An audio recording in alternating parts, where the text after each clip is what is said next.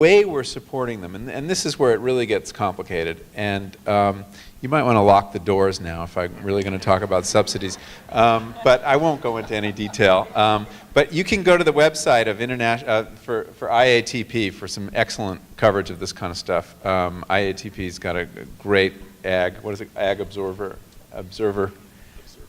Yeah, and where you can learn about this. But basically, we structure those subsidies and have begun doing so since the 70s in such a way that to encourage overproduction, to get farmers to sell into the weakest possible market, and we make up the money they're losing with the subsidy, rather than the way we once did it, which was essentially, we'll support you, but you can only grow this much.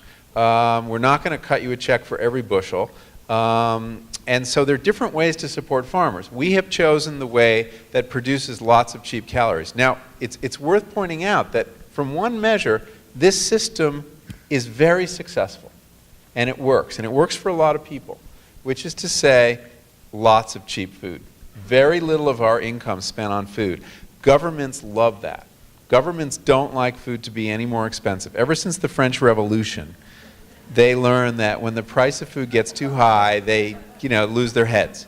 So one of the problems in changing the system is it's working for a lot of very powerful interests in the country. But it's not working for our health interests, and I have quite strong views on this. I mentioned just two items at the beginning. Let me say a little more about them.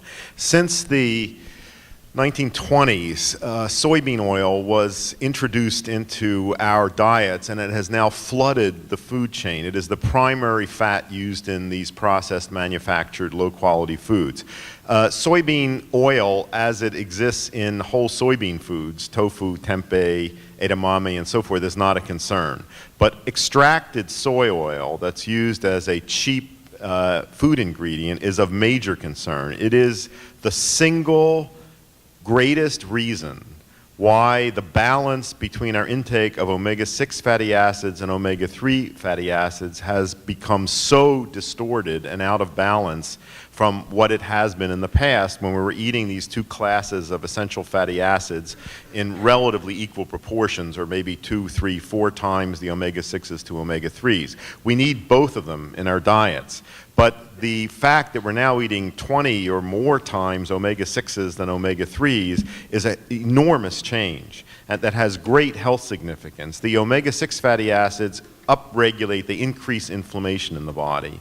And this is one reason why so many people in our population now go through life in a pro-inflammatory state, which increases risks of coronary heart disease, of cancer, of neurodegenerative disease. And the primary reason for this is the incredible consumption of foods containing soybean oil, which is there because it's cheap, and it's cheap because of Farm Bill subsidies. And the other product I mentioned was high fructose corn syrup, a much more recent innovation, which has now become the universal sweetener in all of the refined, manufactured, processed foods. It is a major driver of obesity. It's a major reason for the cause of the epidemic of obesity that we're seeing in kids, and disturbances of insulin metabolism, which lead to type 2 diabetes.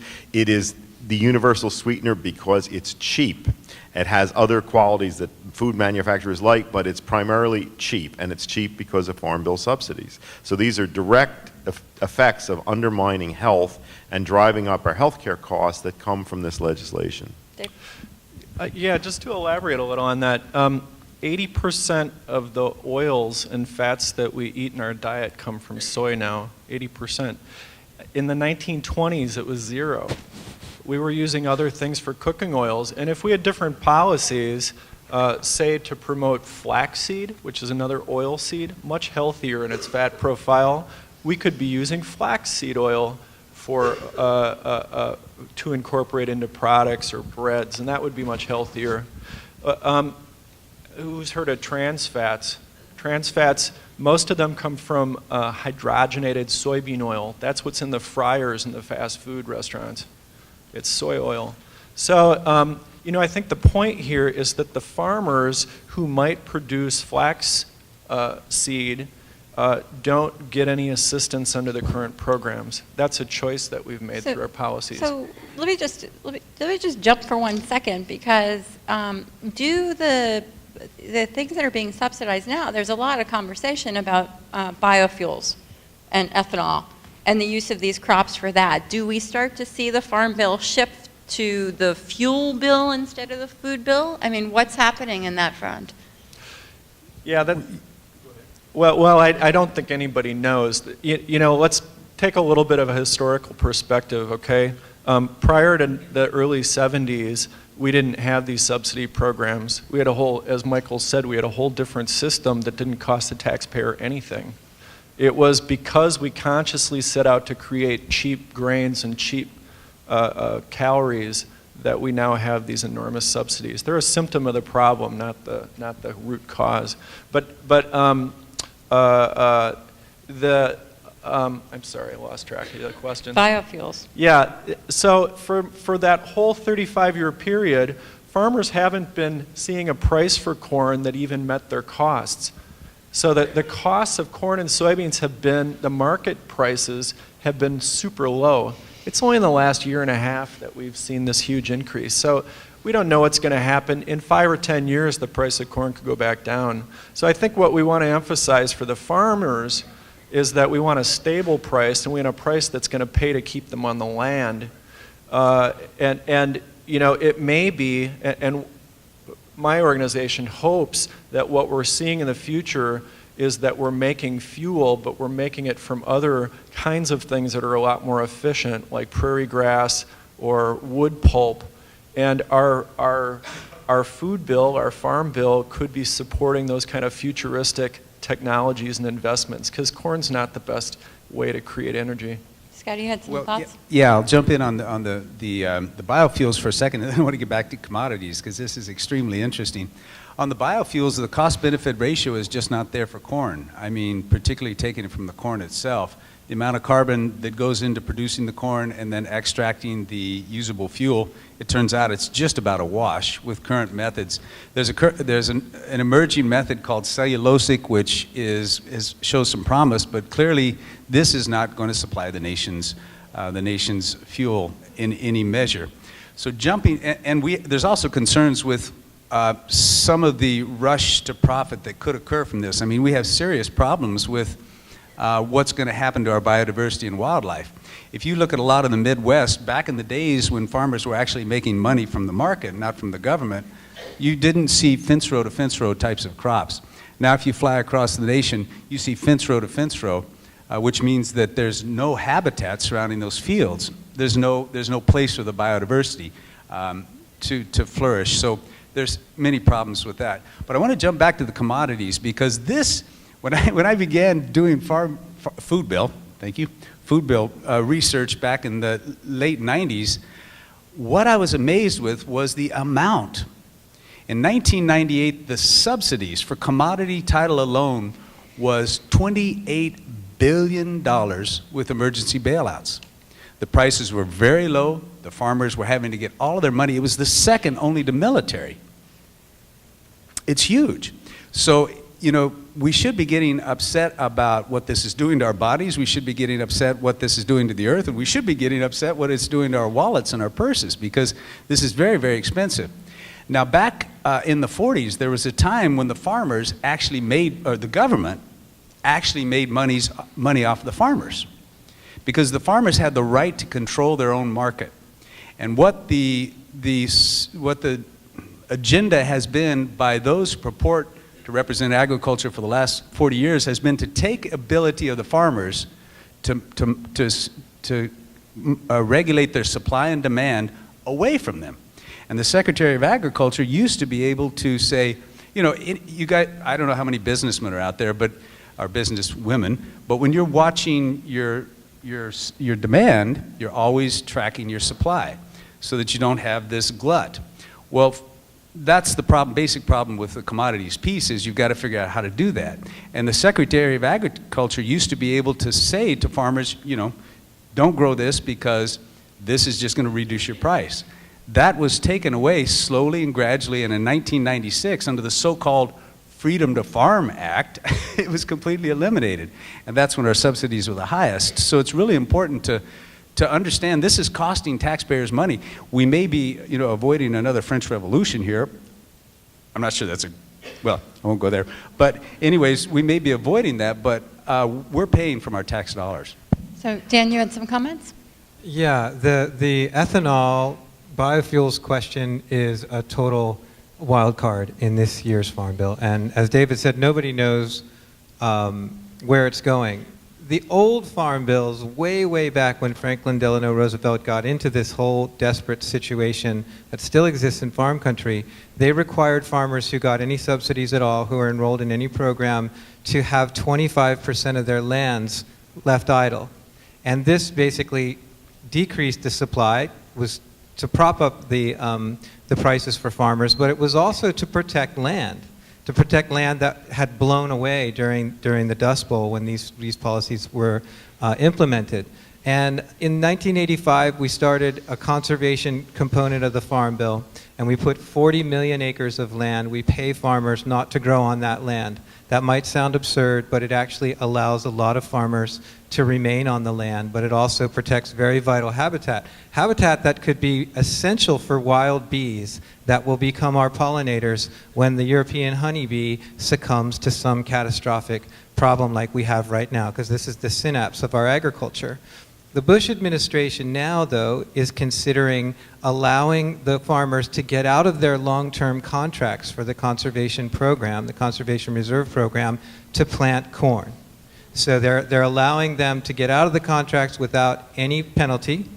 And what we're going to have is this massive rush to plant corn. And they're not just going to plant corn this year. They're going to plant corn next year, and they're going to plant it again and again because there's this huge market, and it's the only infrastructure really in farm country that exists that we've supported. And what we would hope is that, I would hope that's a talking point. We have to keep our conservation programs intact, and we can't rush to this corn-based ethanol. And we have to begin to think beyond just our gas tanks into regional food chains that bring back food production capacities into our big farm producing regions. And I think ethanol is the perfect place to start the conversation. I've seen, I think, every candidate from both parties who's been campaigning in the Farm Belt in Iowa talk about the importance of biofuels and bringing capitalism back to the farmers and removing the subsidies. And as an entrepreneur and a capitalist, I say, how does this work for them? Because they're business people. How do we make sense out of this in that part of the structure? Do we say you can't do this where you may be making more money? I mean, how does that work? Well, if we eliminated the excise tax on ethanol, I think it would, and we allowed ethanol to be imported from other countries, that would even the playing field, because right now there's only money to be made. What I would really encourage most people to ask for any future presidential candidate is, what's your position on grass? I think that's gotten a few of them in trouble in the past. Yeah, might be misunderstood. So, and hopefully they'll have a good explanation for that. Say, Tara, I worry about the food bill becoming the fuel bill, and I think it's good to try to keep those things separate. They may end up merging, and partly that's a Washington thing, and we shouldn't get too caught up in it. So, I'm curious what the other panelists would say in one sentence, could sum up the kind of healthy food bill that we'd like to see. Yeah, I think it's very important to come up with the bullet points that you put in your letter. And I get asked this question all the time, and I haven't written them yet. But one is, step back, because we've gotten into some complexities here, and you don't need to get into those complexities to make the point. But there are a couple points. One is we want an agricultural policy that is aligned with our public health goals. Simple enough. In other words, we don't, while we're fighting an epidemic of obesity and diabetes, we don't think the government should be subsidizing the production of high fructose corn syrup. Simple ideas like that are very powerful.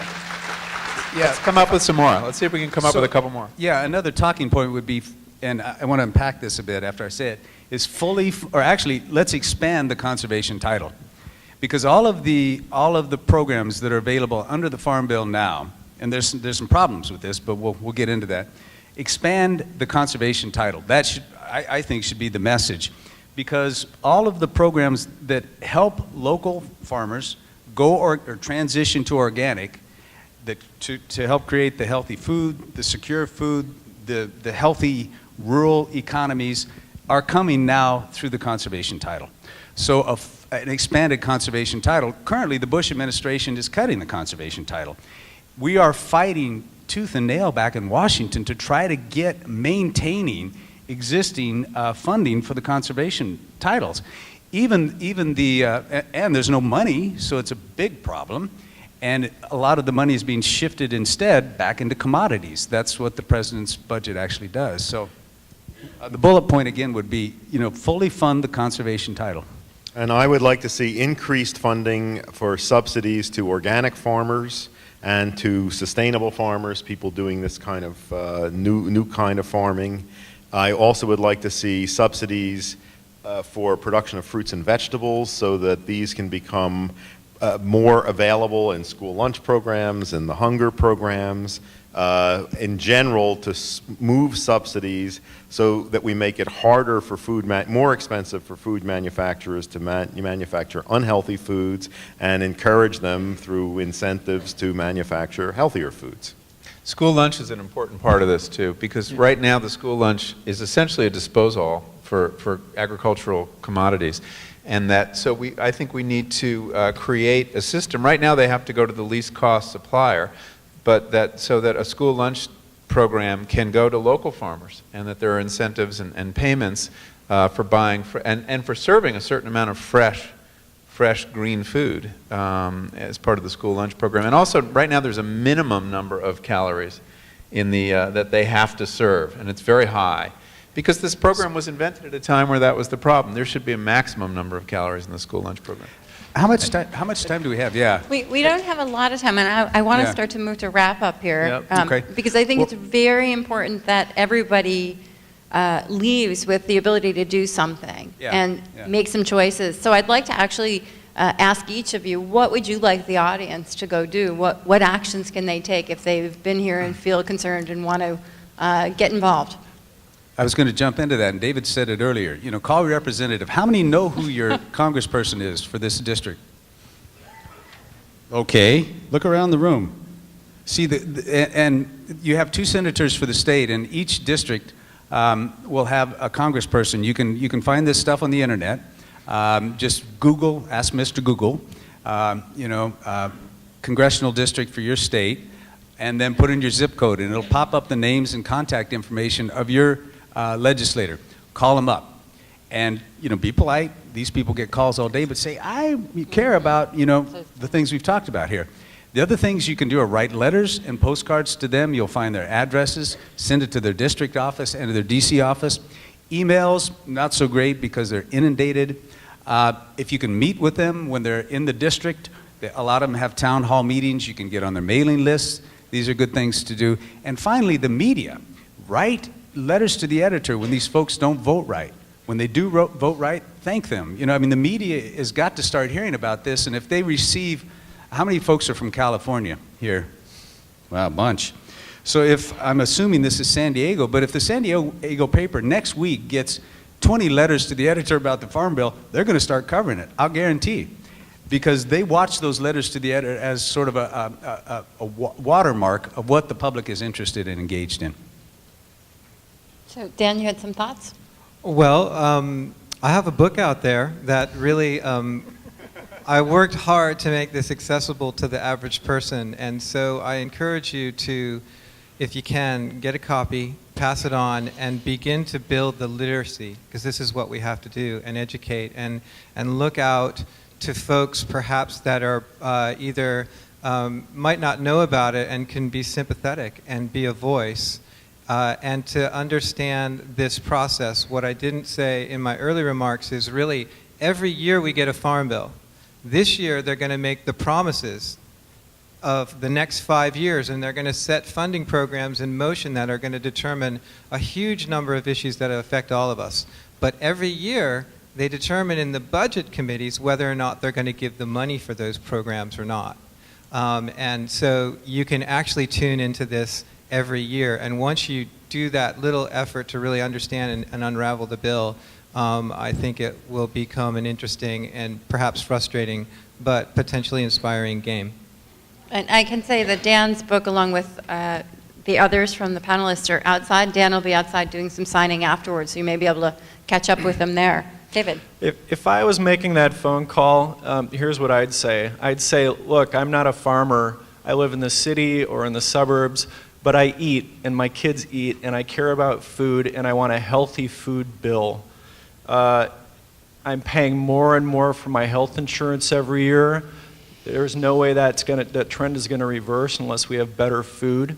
I want to see our healthy food bill make sure that we're getting the food that's healthy to eat in our schools to kids, that it's gotten from local farmers so that we have stronger local economies, and that we make sure that people in the least advantaged communities have access to that healthy food. You know, it's interesting, in the last sort of 30 years, 40 years or so, we've gone from having personal household spending go from about 25% in food to under 8%. And where the offset of that cost has gone is to healthcare costs and to transportation. And so it's an interesting change in what that dynamic is, and I think it's one that we can affect through this. Just as a follow-up real quick on the action, a quick point, you know, the Farm Bill is in process now, and it'll maybe finished by September, October. Stay engaged with this, because this is beginning, Dr. Weil mentioned this at the beginning, what is happening here is a huge movement, and it's all about people who eat. So stay engaged in this and engage all the processes that you've heard tonight. This is the first time in history that a grassroots movement has begun to form to influence Farm Bill legislation. And it's a coalition involving many interests. And the opposition is a very small number of incredibly powerful interests. Corporations like Cargill and Archer Daniel Midlands. What could change the balance of power is if this coalition that's forming becomes big enough, and especially if it includes the healthcare community. So for all of you out there who are involved in healthcare or know people involved in healthcare, making them aware of these issues and how much this legislation directly affects public health and healthcare costs, this is the long-term solution to the problem. And if we don't get what we want this year, it's bound to happen in the next few years as this coalition comes together. Yeah, I would just add to that. I concur with everything I've heard, and I thought David phrased the letter really well. I hope you'll write that down. You know, I was talking to a congressman a couple weeks ago about this, someone I was interviewing, and I was saying, you know, this Farm Bill, every 5 years it comes around, and in the end it's written by Cargill and ADM, and it's behind closed doors, as we heard. And he said, well, you know, the only reason that happens, the only reason this bill gets written behind closed doors without any input is because we're not getting any input. That the lobbying money only speaks when we're not hearing from the voters. I mean, after all, why do politicians take money? They take the money to make it easier to get reelected. When they hear from actual voters, and they hear from voters very seldom, remarkably seldom, he says that the power of the lobbying money diminishes dramatically. So it's just to underscore that idea. It seems so quaint to write your congressman or call your congressman, but it is not. It is actually one of the most powerful things you can do. And you know, and my last point would be just don't let them call it a farm bill anymore. It's a food bill. It's for eaters, your eaters, and let them know. So I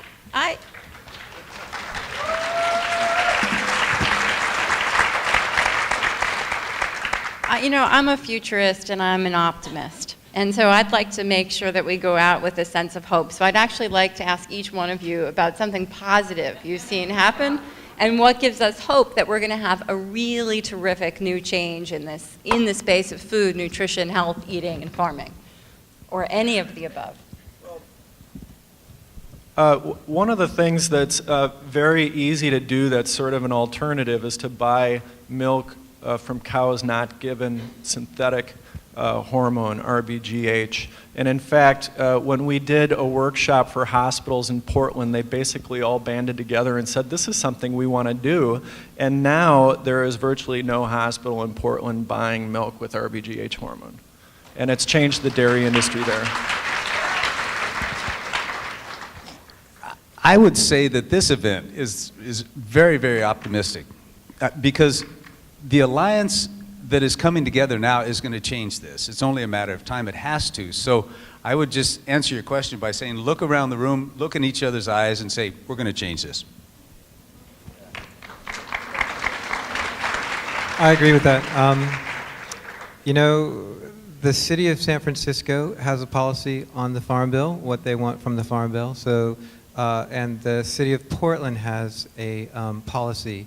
And those desires, municipal desires, self-organizing desires, then increase legislative opportunities and the demand for a number of bills right now to put more healthy, fresh fruits and vegetables into schools. And I really think our Farm Bill of today has to be a Farm Bill for the future, not just for the short-term interest of today. And I really see the kids as being rallying points, as well as cities and all kinds of different organizations that can have a position on this issue. You don't just have to be an individual voter who feels like their voice isn't heard. How many physicians are in the audience? Nurses, nurse practitioners, registered dietitians, clinical nutritionists, other health professionals. To me, that's what makes me optimistic. You know, this is the first time that you have been engaged in these issues. So get others engaged and we can change the balance of power. Michael? Yeah.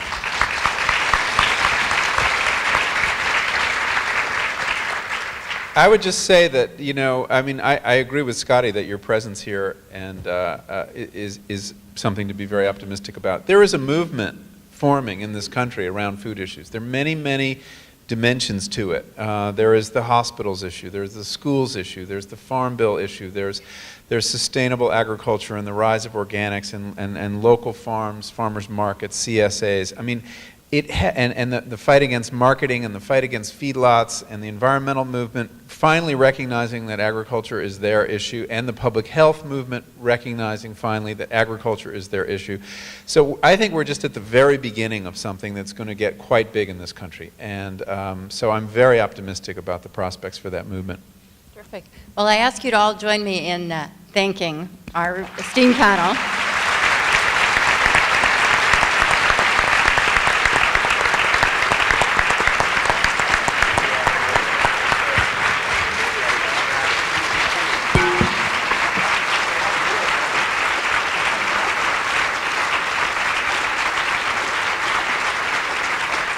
So, just a couple of closing things.